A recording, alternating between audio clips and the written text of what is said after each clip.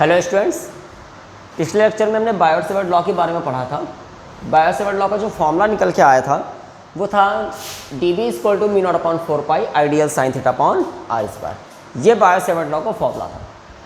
देखिए, इस फॉर्मूले से क्या पता चलता है कि अगर एंगल थीटा 0 हो जाए, समझिएगा ध्यान से, अगर एंगल थीटा 0 हो जाए तो ऐसी सिचुएशन में साइन 0 की वैल्यू भी 0 ही होती है और तब जो dB होगा वो भी 0 होगा। थीटा 0 होने का सेंस क्या है? देखिए, ये पॉइंट P था। जैसे जैसे हम इस पॉइंट को थोड़ा सा पास खिसकाते जाएंगे, इधर खिसकाएंगे एंगल और छोटा, यहाँ पे एंगल और छोटा, यहाँ पे एंगल और छोटा, यानी धीमे धीमे पॉइंट अगर शिफ्ट हो जाए उस लाइन पे, यानी चार्ज पे। चार्ज का मतलब जो पॉइंट जहाँ पे आपकी करंट फ्लो हो रही है उसी करंट पे अगर चार्ज हो जाए, यानी पॉइंट हो जाए, जिस पाथ पे आपकी करंट फ्लो हो रही है, यानी जिस पाथ पर आप करंट फ्लो करा रहे हैं, या फिर ऐसा बोल सकते हैं जिस पाथ, यानी जो लंबाई dl आपने ली है, अगर वहीं पे पॉइंट आ जाए, यानी देखिए पॉइंट घटते घटते यहाँ पहुँच गया, तो ऐसी सिचुएशन में मैग्नेटिक फील्ड 0 होगा। ऐसी सिचुएशन में मैग्नेटिक फील्ड 0 होगा, मतलब कि करंट फ्लो की डायरेक्शन में, यानी जिस डायरेक्शन में करंट फ्लो हो रही है उसी की बिल्कुल सीध में मैग्नेटिक फील्ड 0 होगा, वहाँ पर कोई मैग्नेटिक फील्ड नहीं होगा। या भी आप ऐसा बोल सकते हैं, जो आपने वायर लिया है उस वायर की बिल्कुल सीध में मैग्नेटिक फील्ड 0 होगा। ऐसी सिचुएशन में कोई मैग्नेटिक फील्ड नहीं होगा। लेकिन अगर यही पॉइंट आपका बिल्कुल 90 डिग्री पे हो जाए, यानी अगर हम थीटा को 90 डिग्री कर दें, हम थीटा को कर दें 90 डिग्री, थीटा को 90 डिग्री करेंगे, यानी ये पाथ आपका जो पॉइंट है ना बिल्कुल सीधे हो जाए, पॉइंट आपका बिल्कुल सीधे हो जाए, बिल्कुल स्ट्रेट हो जाए पॉइंट, थीटा हो जाए 90 डिग्री, तो ऐसी सिचुएशन में आपका जो मैग्नेटिक फील्ड होगा dB वो मैक्सिमम हो जाएगा। ऐसी सिचुएशन में मैग्नेटिक फील्ड मैक्सिमम हो जाएगा, यानी इस सिचुएशन में जब थीटा 90 डिग्री होगा तब मैग्नेटिक फील्ड मैक्सिमम होगा, जबकि थीटा 0 होगा, मतलब आपका पॉइंट इसी लाइन पे हो जहाँ पे आपकी करंट फ्लो हो रही है, तब आपका मैग्नेटिक फील्ड 0 होगा। तो दो सिचुएशन होती है, एक में मैग्नेटिक फील्ड मैक्सिमम, एक में मैग्नेटिक फील्ड 0। क्लियर? तो ये दो कंडीशन तो आपको क्लियर हो गई कि मैग्नेटिक फील्ड मैक्सिमम कब होगा, मैग्नेटिक फील्ड 0 कब होगा, यानी जिस पाथ पर करंट फ्लो हो रही है उसके ठीक सामने 0 डिग्री एंगल पर कोई मैग्नेटिक फील्ड नहीं होगा, कोई भी मैग्नेटिक फील्ड नहीं होगा। लेकिन 90 डिग्री के एंगल पे जहाँ पे आपकी करंट फ्लो हो रही है उससे 90 डिग्री के एंगल पर मैग्नेटिक फील्ड मैक्सिमम होगा।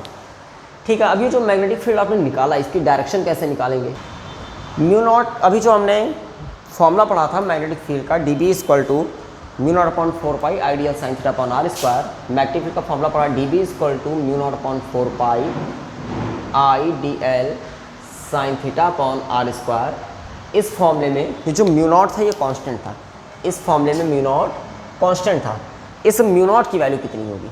इस फॉर्मूले में μ0 कांस्टेंट था, इसकी वैल्यू कितनी होगी? इसकी वैल्यू हम पीछे बता चुके हैं आपको कि इसकी वैल्यू होती है μ0 की 4π × 10⁻⁷। ये इस μ0 की वैल्यू होती है, लेकिन इसकी यूनिट या डायमेंशंस कितनी होंगी? इस μ0 की यूनिट और डायमेंशन भी हमें निकालनी है। यूनिट और डायमेंशन कैसे होंगे, तो कैसे निकालेंगे यूनिट और डायमेंशन? देखिएगा ध्यान से। अगर हम इस μ0 की बात करें, देखिए किस फॉर्मूले में आया, फॉर्मूला हमारा था, एक बार चेक करते हैं फिर से, dB = μ0/4π IDL sine theta upon r square. इस फॉर्मूले में आया, इस फॉर्मूले में हमने μ0 को देखा, हमें चाहिए इसकी यूनिट। तो देखिए μ0 की यूनिट चाहिए, तो μ0 को छोड़ के बाकी सबकी यूनिट रख दीजिए आप। तो सबसे पहले हम d की बात करते हैं। d से कोई सेंस नहीं होता, d स्मॉल के लिए लगता है, d लगता है स्मॉल के लिए, तो d का कोई सेंस नहीं, मतलब आपके पास b है। तो अगर हम b की यूनिट रखें तो b की यूनिट क्या होगी? तो अगर आपको b की यूनिट ना पता हो तो हम आपको बता दें। वैसे b की बहुत सारी यूनिट होती हैं, b की एक यूनिट तो वेबर/मीटर² होती है, वेबर/मीटर², लेकिन इसके अलावा भी b की बहुत सारी यूनिट होती हैं। आपने क्लास 10th में एक फॉर्मूला पढ़ा होगा, याद करिए, F = IBL। आपने क्लास 10 में फॉर्मूला पढ़ा होगा F = IBL या BIL, कुछ भी इस टाइप का फॉर्मूला आपने क्लास 10 में पढ़ा होगा। यहाँ से अगर हम b की यूनिट निकालें तो इधर सब यूनिट रख दीजिए, F unit Newton, I current यानी एम्पियर, B की तो हमें निकालनी ही है, और L की मीटर। ये द मल्टीप्लाई मतलब डिवाइड में गया, तो कुल मिला के B आ गया newton upon ampere into metre. Newton upon ampere into metre, ये बी की यूनिट हो सकती है, यानी वेबर पर मीटर स्क्वायर भी ले सकते हैं और newton upon ampere into metre ये भी हम बी की यूनिट ले सकते हैं। तो आपकी मर्जी कुछ भी ले सकते हैं। चले हम इसी को लेते हैं क्योंकि इससे डायमेंशन निकालना थोड़ा सा ईजी हो जाएगा, डायमेंशन निकालना थोड़ा सा ईजी हो जाएगा, इसलिए हम ये वाली यूनिट लेते हैं। तो यहाँ से बी की यूनिट हमने ली न्यूटन बटे एम्पियर इंटू मीटर, ये आ गई बी की unit, newton upon ampere into metre equal to, देखिए म्यू नॉट की तो यूनिट हमको निकालनी है, म्यू नॉट हम ऐसे ही लिख देते हैं अपॉन में 4 पाई, 4 पाई की कोई यूनिट नहीं होती, 4 पाई नंबर है, नंबर की कोई यूनिट होती नहीं, ठीक है। आगे आई मतलब करंट, इसकी यूनिट एम्पियर, डीएल लेंथ है, इसकी यूनिट मीटर। अब यहाँ फिर से साइन थीटा की भी कोई यूनिट नहीं होगी, साइन थीटा की भी कोई यूनिट नहीं होगी क्योंकि एंगल की भी कोई यूनिट नहीं होती है, एंगल यूनिटलेस क्वांटिटी होती है, अपॉन आर स्क्वायर यानी मीटर स्क्वायर। अब यहाँ से जो कैंसिल हो सके कैंसिल कर दीजिए। देखिए 1 मीटर से ये 1 मीटर कैंसिल हो जाएगा, ये जो बचा हुआ मीटर है वो इससे कैंसिल हो जाएगा, एम्पियर इधर डिवाइड में आ जाएगा। तो कुल मिला के हम बोल सकते हैं unit of mu naught is equal to newton तो पहले से और एम्पियर इधर डिवाइड में आ जाएगा, न्यूटन अपॉन एम्पियर स्क्वायर, ये म्यू नॉट की यूनिट हो जाएगी, न्यूटन अपॉन एम्पियर स्क्वायर ये यूनिट हो जाएगी। अगर हम डायमेंशंस की बात करें क्योंकि अभी तो यूनिट हमने निकाली है, और यूनिट कैसे निकाली आप समझ सकते होंगे। यहाँ पे आप जरूरी नहीं कि आप इसी को लें, ये एफ कहाँ से, क्योंकि हमें यूनिट चाहिए थी बी की पहले, तो बी की यूनिट निकालने के लिए हमने F equal to I B L की हेल्प ली। बाकी बी की unit weber per metre square होती है, आप वहाँ से भी निकाल सकते हैं, वहाँ से आप इसको सॉल्व कर सकते हैं। तो फिलहाल म्यू नॉट की यूनिट आ गई न्यूटन अपॉन एम्पियर स्क्वायर। अगर हम इसके डायमेंशंस की बात करें तो डायमेंशंस कैसे निकालेंगे, जो यूनिट निकाली उसी से डायमेंशन निकालते हैं। अब न्यूटन किसकी न्यूटन जो है वो फोर्स की यूनिट होती है, तो आपको फोर्स की डायमेंशन तो याद होनी चाहिए। न्यूटन फोर्स की यूनिट होती है और फोर्स की डायमेंशन जो होती है वो होती है ml (10⁻²), ये फोर्स की डायमेंशन होती है। और अपॉन एम्पियर स्क्वायर, एम्पियर की डायमेंशन, तो एम्पियर तो वैसे भी फंडामेंटल क्वांटिटी है, ए स्क्वायर, एम्पियर यानी इलेक्ट्रिक करंट आपकी फंडामेंटल क्वांटिटी, इसकी हो जाएगी ए स्क्वायर। हम इसको ऊपर पहुँचाए तो हो गया ml (10⁻²) (a⁻²), ये इसकी डायमेंशन हो गई, ml (10⁻²) (a⁻²). क्लियर।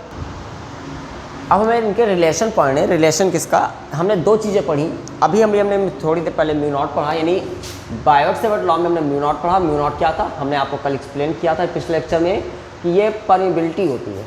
ये क्या होती है, परमिबिलिटी। परमिबिलिटी होती क्या ये भी हम आपको बता चुके हैं, और इसके पहले हम पढ़ चुके हैं एप्सिलॉन नॉट। एप्सिलॉन नॉट होता है परमिटिविटी।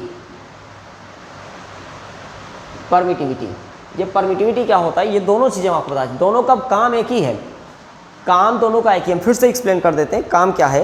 काम ये है कि जैसे अगर ये कोई मैग्नेट लें हम अगर ये कोई मैग्नेट लें, मैग्नेट के 2 पोल N और S, और यहाँ पे कोई आयरन पार्टिकल लें, यहाँ पे कोई आयरन पार्टिकल लें, अब जाहिर सी बात है ये मैग्नेट क्या करेगा, इस आयरन पार्टिकल को तुरंत अपनी ओर अट्रैक्ट करेगा, ये आयरन पार्टिकल को मैग्नेट खींचेगा। अब किसी चीज़ को खींचने के लिए अपने पास से कुछ भेजना पड़ता है, तो ऐसा साइंटिस्ट ने माना कि जरूर ये मैग्नेट कुछ लाइनें भेज रहा है। ये मैग्नेट क्या भेज रहा है, कुछ लाइनें भेज रहा है, जिनको कहा गया फोर्स लाइंस, जिनको क्या कहा गया, फोर्स लाइंस। ये लाइनें इस आयरन पार्टिकल में फोर्स लगा रही और उसको अपनी ओर खींच रही। मान लेते हैं इस मैग्नेट ने लाइनें भेजी 100, तो ये पूरी की पूरी 100 लाइनें यहाँ तक नहीं पहुँची। यहाँ पे रास्ते में एयर है, कोई दूसरा मीडियम हो सकता है, मान लेते हैं एयर है, तो ये एयर क्या करेगी, इन 100 में से कुछ लाइनों को रोक देगी। एयर क्या करेगी, 100 में से कुछ लाइनों को रोक देगी। मान के चलते हैं अगर एयर ने 20 रोक दी तो यहाँ 80 लाइनें ही पहुँची। यहाँ कितनी लाइनें पहुँची, 80। इन 80 को परमिशन तब मिली, ये 80 एबल तब हुई, इन 80 को पहुँचने की एबिलिटी तब मिली जब 20 रुकी। अगर ये 20 ना रुकती तो ये 80 लाइनें नहीं पहुँच सकती थी। एयर ने क्या किया, एयर ने इनको परमिशन नहीं दी बिना इन 20 को रोके हुए। तो ये 20 लाइनें जो है ना वो परमिशन दिला रही हैं, इनको एबल बना रही हैं, इसलिए इन 20 लाइनों को कहा गया परमेबिलिटी। यानी जो लाइनें एयर द्वारा रोक दी जाए, एयर जिनको रोक दे उनको परमिबिलिटी कहा गया। उसी तरह से अगर हम मैग्नेट को हटा के हम चार्ज ले लें, हम मैग्नेट को हटा के चार्ज ले लें, तो चार्ज में भी यही सिचुएशन होती है, जिन लाइनों को एयर रोक दे उनको हम परमिटिविटी कहते हैं। तो परमिबिलिटी और परमिटिविटी का सेंस एक ही है, मैग्नेट के लिए वही परमिबिलिटी था, चार्ज के लिए वही परमिटिविटी था। हमें इनमें रिलेशन फाइंड करना है, परमिटिविटी और परमिबिलिटी में रिलेशन क्या है ये हमें फाइंड करना है। कैसे करेंगे, तो जहाँ जहाँ इनको हमने पढ़ा है वहीं से हम स्टार्ट करते हैं। तो we know that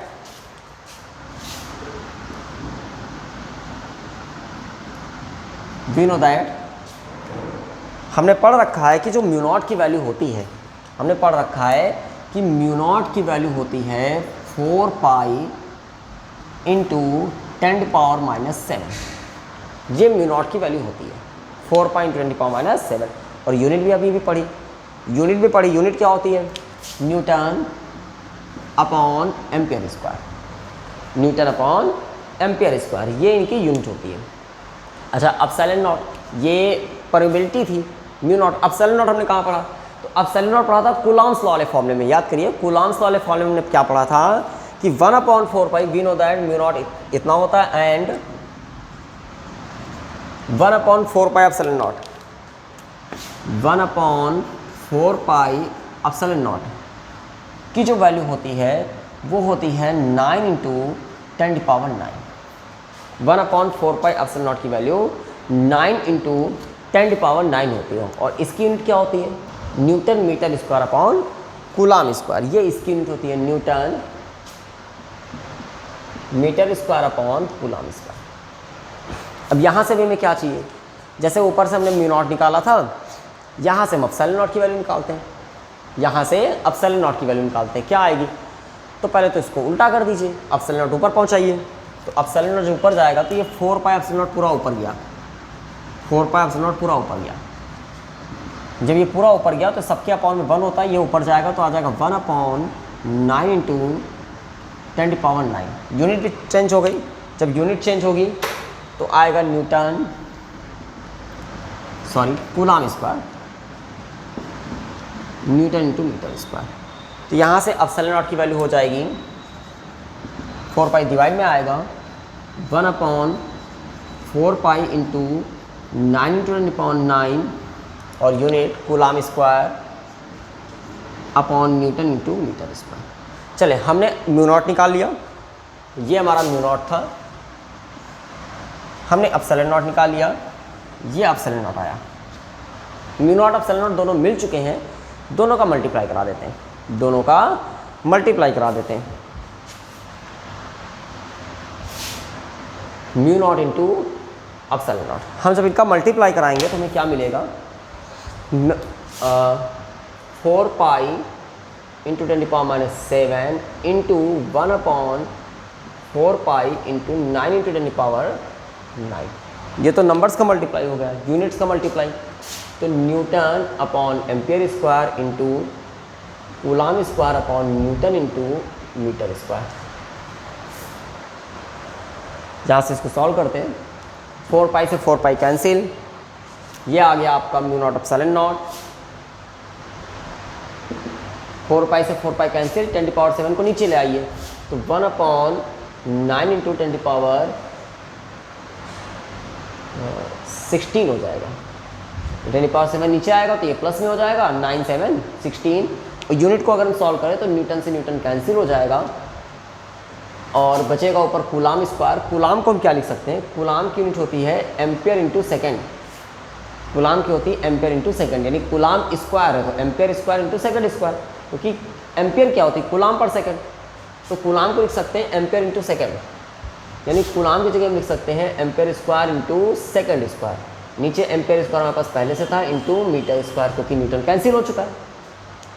ampere square से एम्पियर स्क्वायर हमारा कैंसिल हो जाएगा, और इसको हम लिख सकते हैं, इस वैल्यू को mu naught into epsilon not 1/9 into 10⁻16 को लिख सकते हैं 3 इंटू 10⁸ का होल स्क्वायर, 3 इंटू 10⁸ का होल स्क्वायर, और यह आ जाएगा सेकेंड स्क्वायर अपॉन, या फिर सेकेंड पर मीटर लिख सकते हैं, का होल स्क्वायर। अच्छा, ये 3 इंटू 10⁸ होता क्या है, ये ऑलरेडी आप जानते हैं कि जो 3 इंटू 10⁸ होता है वो वेलोसिटी ऑफ लाइट है। हम इसको इस तरह से भी रिप्रेजेंट कर सकते हैं, mu naught into epsilon naught equal to 1/3 into 10⁸। देखिए स्क्वायर इस पर भी लगा, स्पेस स्क्वायर इस पर भी लगा, इसको हम एक साथ करके मीटर पर सेकेंड का होल स्क्वायर। ये आप जानते हैं, इधर साइड में आप नोट कर लीजिएगा कहीं। वी नो दैट 3 इंटू 10⁸ जो होता है वो वेलोसिटी ऑफ लाइट होती है। वी नो दैट, यहीं पे लिख देते हैं, वी नो दैट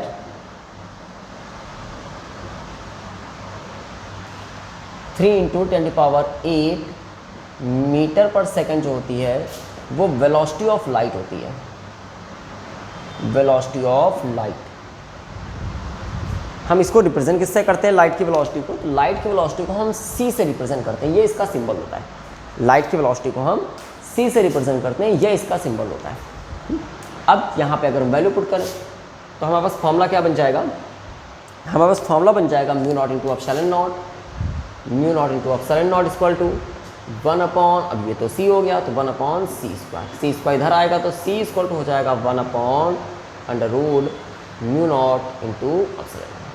ये आपका डेरिवेशन हो गया म्यू नॉट एप्सिलॉन नॉट का। दो में से कुछ भी आप लिख सकते हैं, ये भी सही है, ये भी सही है, जो प्रूव करने के लिए पूछ दिया जाए। तो क्लियर, ये हो गया म्यू नॉट एप्सिलॉन नॉट में relation. Direction of magnetic field कैसे निकालेंगे, आपने म्यू नॉट एप्सिलॉन नॉट का रिलेशन पढ़ लिया। अब बायो-सेवर्ट लॉ में जो हमको ये तो बता दिया था बायो-सेवर्ट ने कि अगर किसी वायर में करंट फ्लो हो रही हो, अगर किसी वायर में करंट फ्लो हो रही हो तो उससे कुछ डिस्टेंस पर यहाँ पे जो मैग्नेटिक फील्ड बना था, उससे कुछ डिस्टेंस पर ये जो मैग्नेटिक फील्ड बना था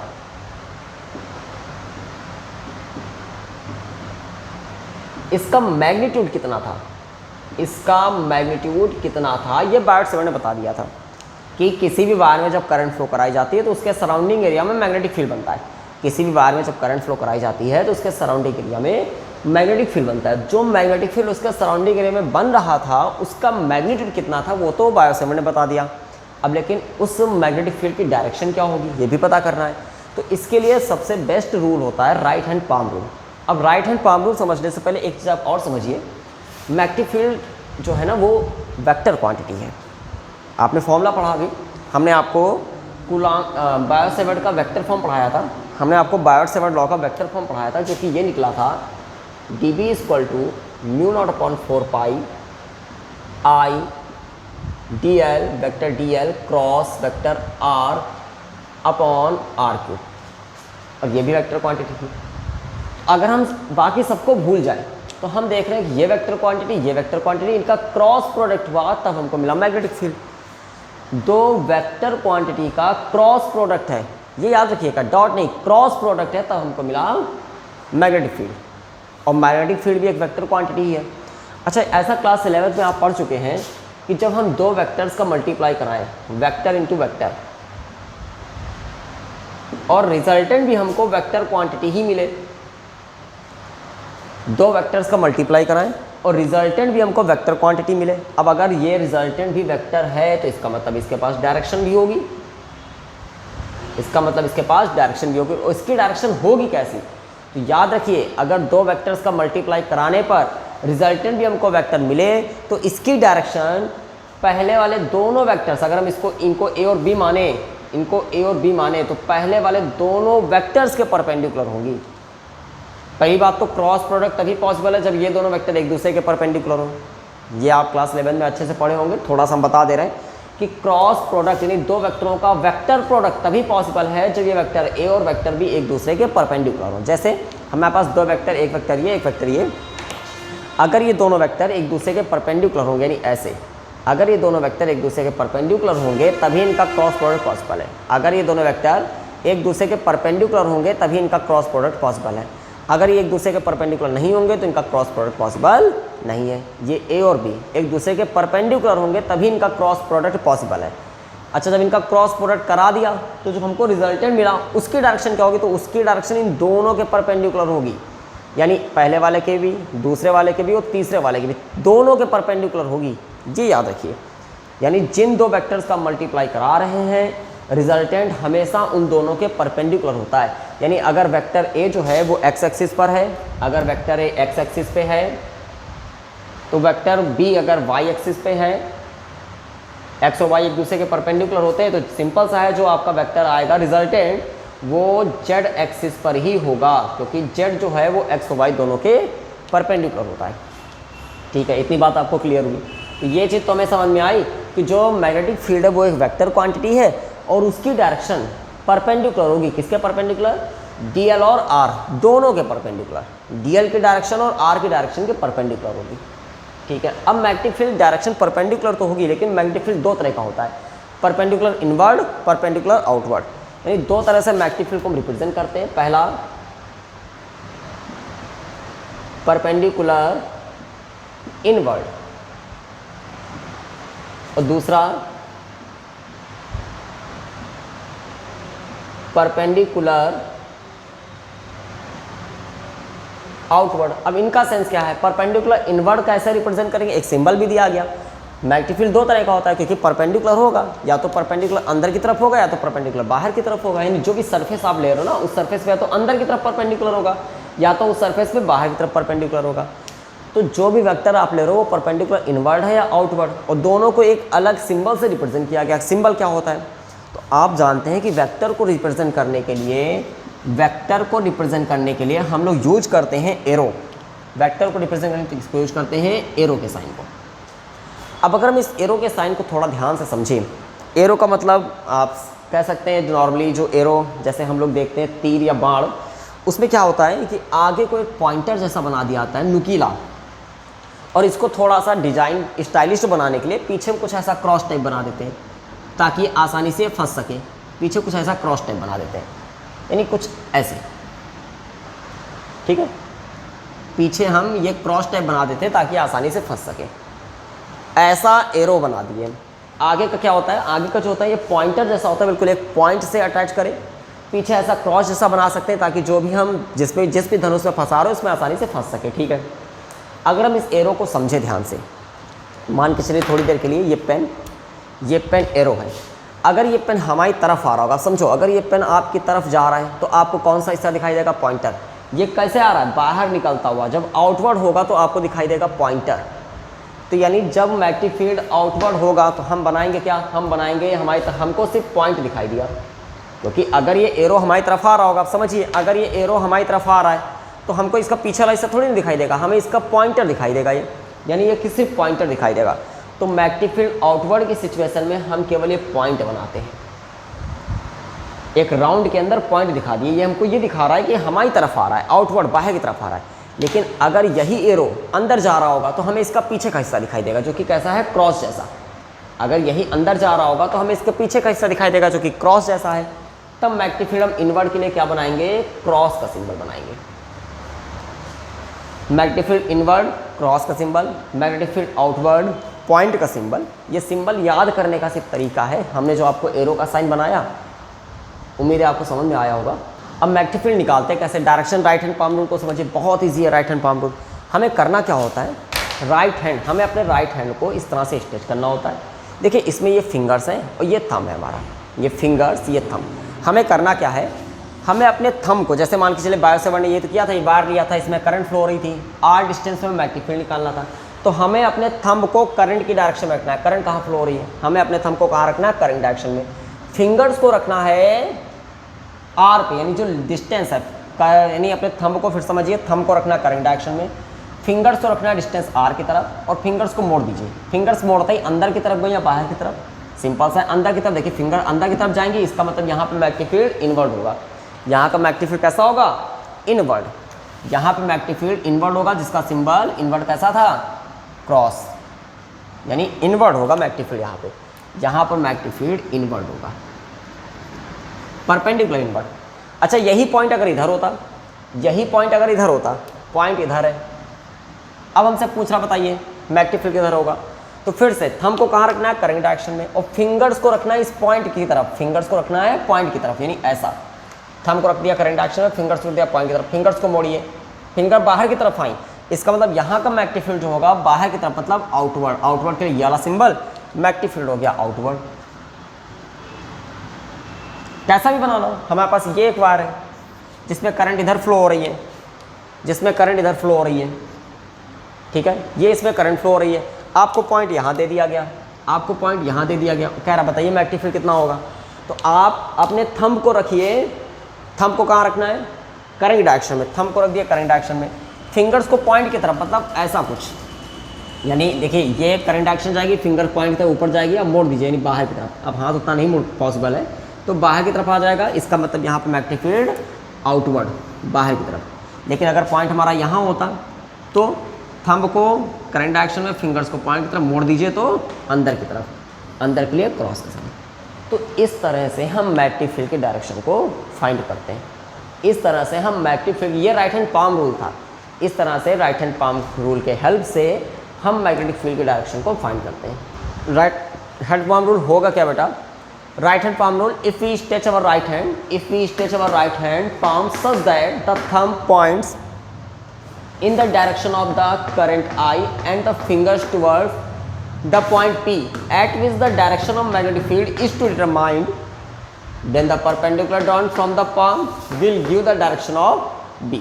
बस हमें करना क्या है, अपने थंब को करंट डायरेक्शन में रखना है, फिंगर्स को उस पॉइंट की तरफ रखना है जहाँ पे मैग्नेटिक फील्ड फाइंड करना है, फिंगर्स को मोड़ दीजिए, अगर फिंगर्स अंदर की तरफ जा रही है तो मैग्नेटिक फील्ड इनवर्ड, फिंगर्स मोड़ के अगर बाहर की तरफ आ रही है तो मैग्नेटिक फील्ड आउटवर्ड। बस इतना से समझना है, ये राइट हैंड पाम रूल हो गया मैग्नेटिक फील्ड की डायरेक्शन को डिटरमाइन करने के लिए कॉन्सेप्ट, मेथड।